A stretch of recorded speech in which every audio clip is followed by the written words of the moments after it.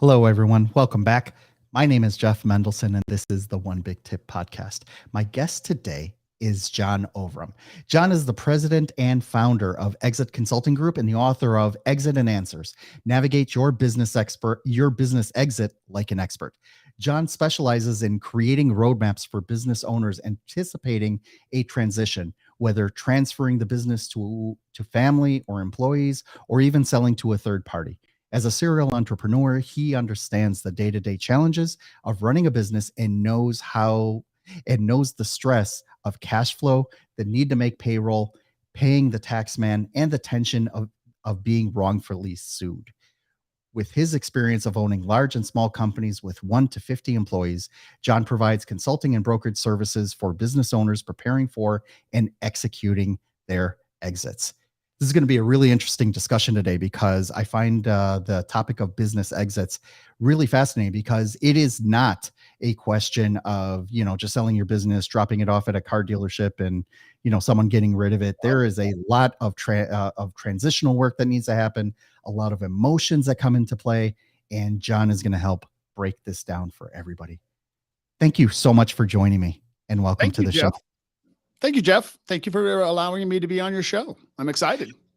So one of the things I found interesting about your trajectory is that you have this massive well of entrepreneurial experience to draw from as you are helping business owners going through this process. Can you talk a little bit about who you are and what makes you so amazing? Sure. Thank you. I think what I found and that I have learned over the years is that I'm actually an entrepreneur, and an entrepreneur is not a business owner. An entrepreneur is not an employee. An entrepreneur actually is a personality type, and that comes with both strengths and weaknesses. So I've learned that as an entrepreneur, I always thought I was normal and everybody else was weird. And I have learned that actually I'm the dysfunctional one as an entrepreneur. And so I have always been that way. Many times our kids are not entrepreneurs. You're born this way. My dad was military. My brother is an engineer. This isn't something I asked to be. I've just learned that I am. Some people know they want to be a dentist. Some people want to be doctors, military, teachers. I love business, and I always love being an entrepreneur. And so I'm just trying to help other business owners, because I've learned that, it's kind of like alcoholism. Like I was telling my clients yesterday, I said, I'm an alcoholic. You're always going to be an entrepreneur. This is just the burden and the gift that comes with your job, and exiting is part of that transition, and it's hard to deal with. One of the interesting things I find about being an entrepreneur was my tolerance for risk. Yeah. Like when I start talking to other people about the things that I do, and like when I fire a client, or when I take on new clients, or I lose 2 or 3 big ones, or like whatever it is, right? They always look at it like, oh my God, I can't believe you went through that. How did you make payroll? How did you do this? How did you do that? And something, it really, a lot of it comes down to planning. A lot of it comes down to, first of all, like you said, that personality type. Right. Just being able to understand, like, okay, so I lost a client, no big deal. Another one will come next month. Right. It's the fear of failing that I think people are scared of. And I've told everybody, I've never failed. I have lost tens of millions of dollars making decisions. I have a PhD in entrepreneurism that no one taught me, but it cost me millions of dollars, but I never considered them a failure. And other people actually are scared that if they do something wrong or risk something, that it doesn't come out the right way, that they're failing. And that's just not how entrepreneurs look at it. Exactly. And, one of the cool things about it is that, you don't really get this in school, right? You don't really get this, certainly not in high school. And even if you go in for a business degree, I mean, I got an executive MBA a couple of years ago, and even they didn't talk so much about it. They talked about, some of the mechanics of accounting and finance and, business law and things like that.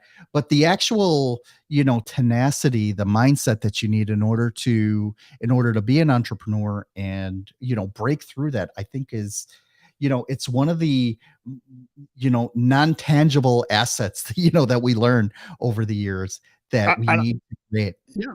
And Jeff, I think that's just who you are. You weren't trained it. You didn't go to school and they taught it.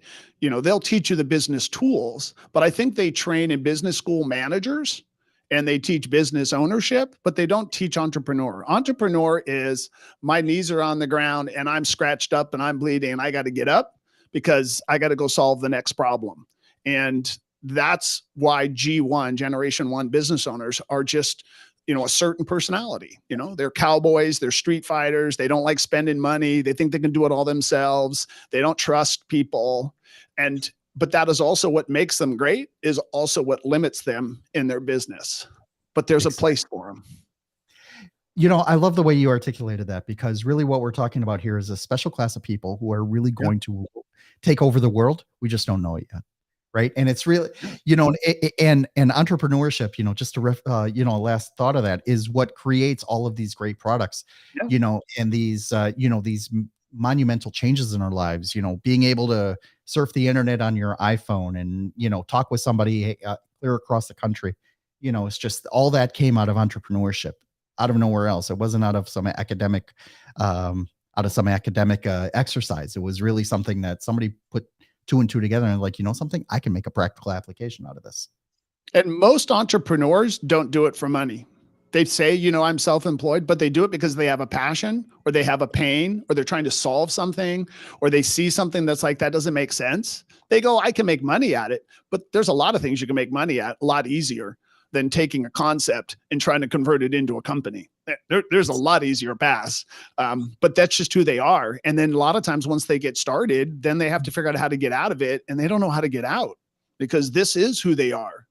Their identity, their self-identity is so aligned with their business that an exit, their biggest challenge is what am I going to do next? Death or is retirement. Those are my two choices. I love that you segued into that, because really what we're talking about now is that you want to create, something that is longevity. No, at least the smart people among us, we don't just start a business out of a hobby. Like, we do it because we have needs that need to be met. We have to, and also we want to leave the world in a better place. And sometimes when you create a business, you're not the right person to bring that business over to the next step. Right. So then we need to start talking like, well, how do we transition this? Right. Because you don't just throw it away, all because John built this great business that, sells widgets doesn't mean that it should just go away once you lose interest in it.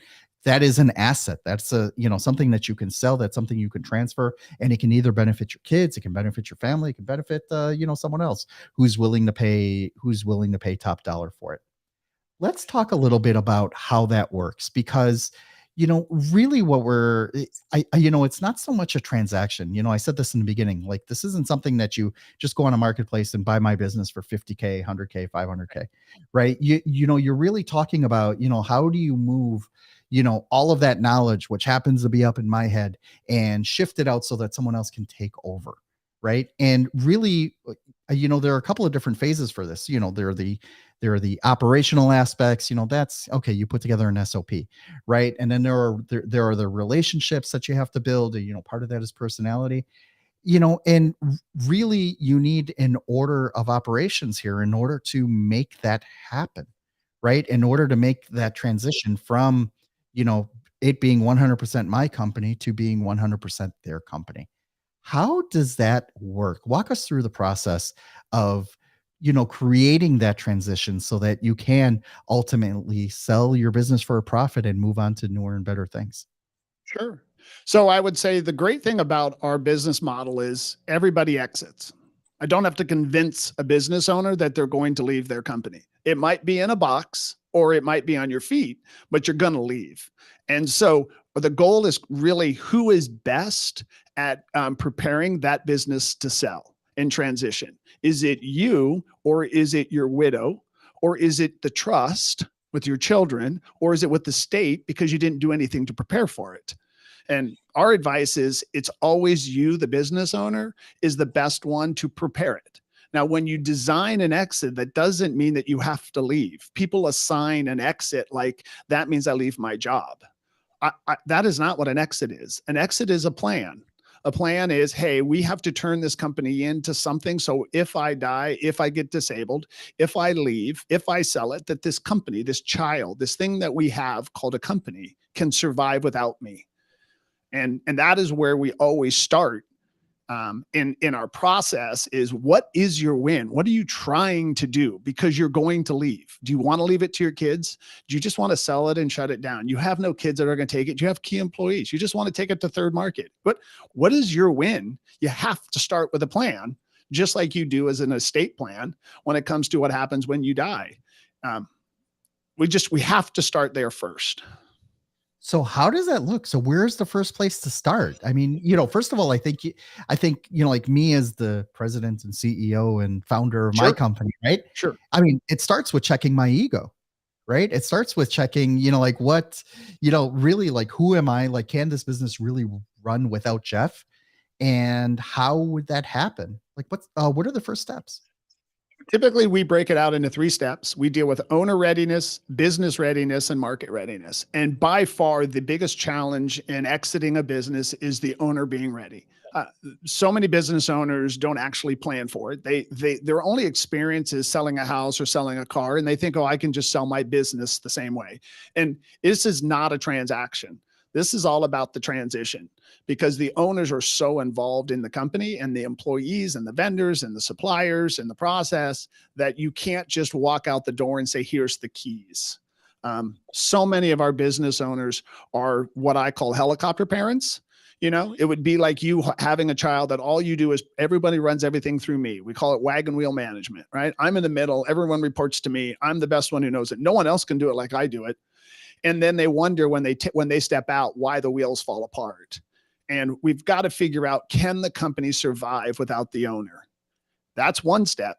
But the other step is, can the owner survive without the business? Big issue. So how do you how do you figure out, like those key metrics? They sound very fungible. Like when you're talking about it, convincing somebody that they need to be in a mindset that this thing ultimately needs to move on, without me. Like you said, a lot of people aren't ready for that. So how do you help get them ready? So typically what we'll do is we'll start with a triggering event, and it's usually a liquidity event. There's a certain amount of money I want to have for my company so I can retire or I can move on. Some people just get out of the business because, hey, this business is kind of flat and I'm bored, because a lot of entrepreneurs like me kind of have the ADHD and they run it till they get bored. We call them 70%ers, right? The entrepreneurs are, I'll get 70% of it done, and then I leave the 30% for everybody else to clean up. And then, once it gets boring, then they go do something else. So sometimes it's personal. They just need to be stimulated doing something else. Most of the time it's driven by a liquidity event. And so we always start with how much money you're going to get in after-tax cash when you sell your company. And is that the reason why you're going to sell? We usually start there with, how much money do you need? Okay. So now that we figured out, there's a certain number, and that's basically becoming your North Star, right? Yep. And then there are some other aspects, like you need to start documenting your processes. You need to start getting, maybe your partners or your board members, and key employees, on board with this project as well, because you're definitely not going to be, as an owner, you're definitely not going to be doing this in a vacuum, right? Sure. Yeah, we just met an 82-year-old who was in the office and said, I think I'm ready to transition because I have some things I want to get done. So I need some time to do that. And we're like, at 82? Okay. I think it's a good idea, right? So people all have different perspectives, but in the game of the transition, we have to find out, is there a business that can be sold or transferred over? And so we look at their customer concentration. If you have one customer that is more than 10 to 15% of your business, that puts a buyer at risk. If you have one client that's 80% of your business that have been your best friends for the last 30 years, there's a risk in that. We look at supply and product services, and what if there's a risk if you have multiple products or you only have one product that is most of your revenue. Then we look at your organization. We look at your management team. Can the management team survive without you? When was the last time you took a vacation, owner? And I'm not saying take 1 week off. I'm saying, when did you take a month off? And I will tell you, not a single business owner, they can't even take 2 weeks off. Like, how do you think the company's going to survive if you can't even take 2 weeks off and leave it to team? I don't even know the company I'm supposed to buy it from you. And you're saying you can't leave your team alone. And yet you're telling me your company's worth something. That's really interesting that you brought up that point, because I've always prided myself about, bringing my laptop with me wherever I go, Yeah. even when I go on a cruise ship, right? Like Right. the laptop's still with me. Maybe I open it less, maybe, but then I'll spring for, whatever internet I'll need in order to stay in contact. But you're right.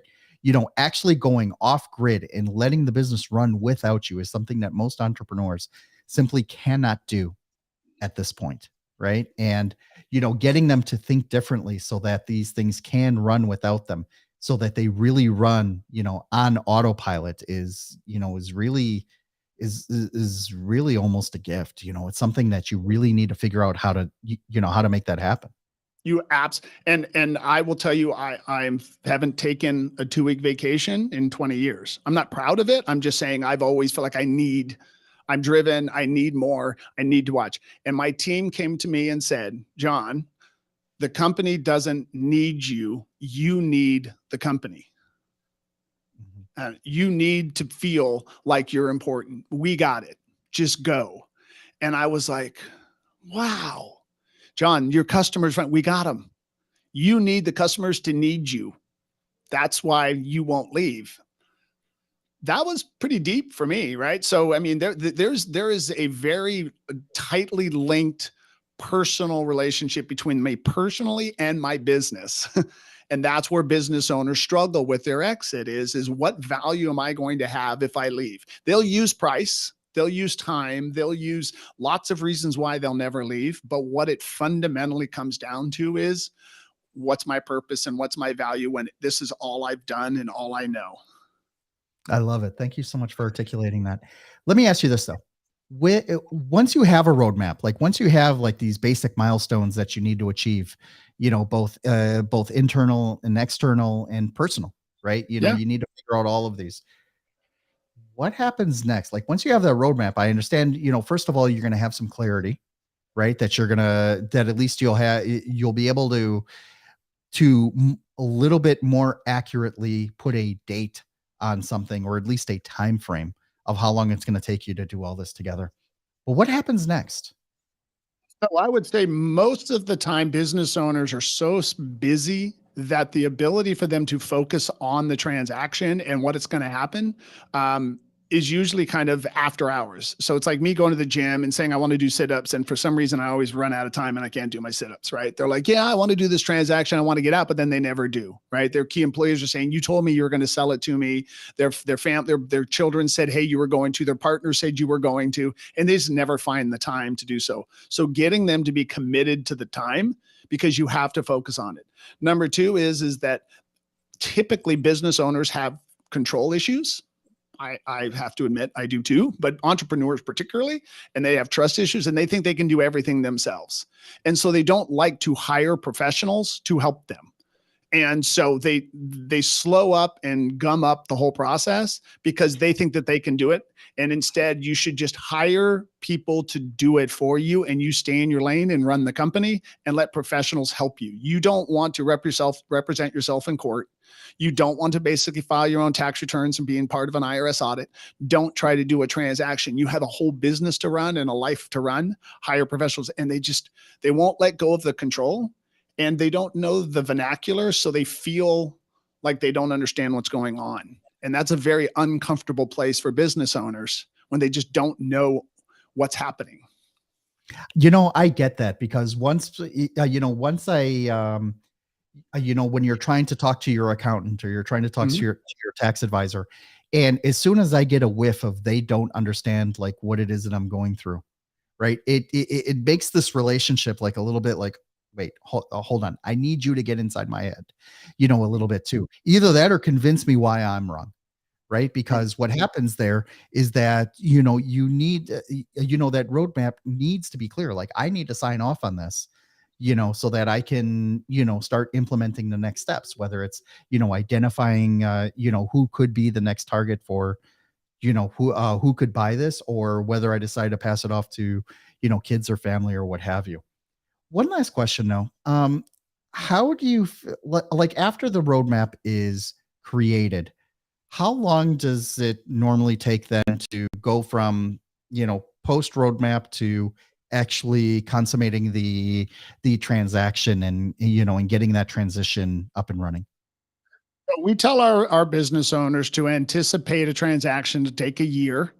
And then oftentimes, depending on their involvement, they need to stay on between a year and 3 years, depending how involved they are in the business. Obviously, the more that they're in the wagon wheel and they are the company and the relationships are there, and particularly in service-based companies, engineers, architects, dentists, contractors, things that their knowledge, their skill set, their license, and their training has them so involved in it, it takes a little longer to get out. But I would tell people manage 2 to 3 years from the day that you say go to the day that you actually will not show up to the office anymore and you've got paid in full and you're no longer involved. That's how long from the day you say go, not even from the planning stage. Wow. So there's so much prep work that goes in even before that, and so much mindset work and, just some actual work that goes into that. So I love the way you articulated that. John, can you please let everyone know how they can learn more about your company and how they can reach out to you directly? Sure. So our company is called Exit Consulting Group. We're at www.exitconsultinggroup.com. We're in San Diego, California, but we have clients all around the United States. Actually, we picked up a new one in Dubai, actually, lately. So it's kind of our first international one, besides Mexico, but we're right next to the border there. So we're always available. That's probably the best way to contact us, and you'll get a lot of information. And really, we're about educating business owners because I'm an entrepreneur and we've built this whole model on trying to give the tools to owners to figure out their own path because there is no same path for everybody. Amazing. John, thank you so much for joining me today. It's been a lot of fun. I love talking about this stuff and I really appreciate, both the the knowledge and the passion that you bring to this. Thank you for joining me. Thank you, Jeff, for offering it.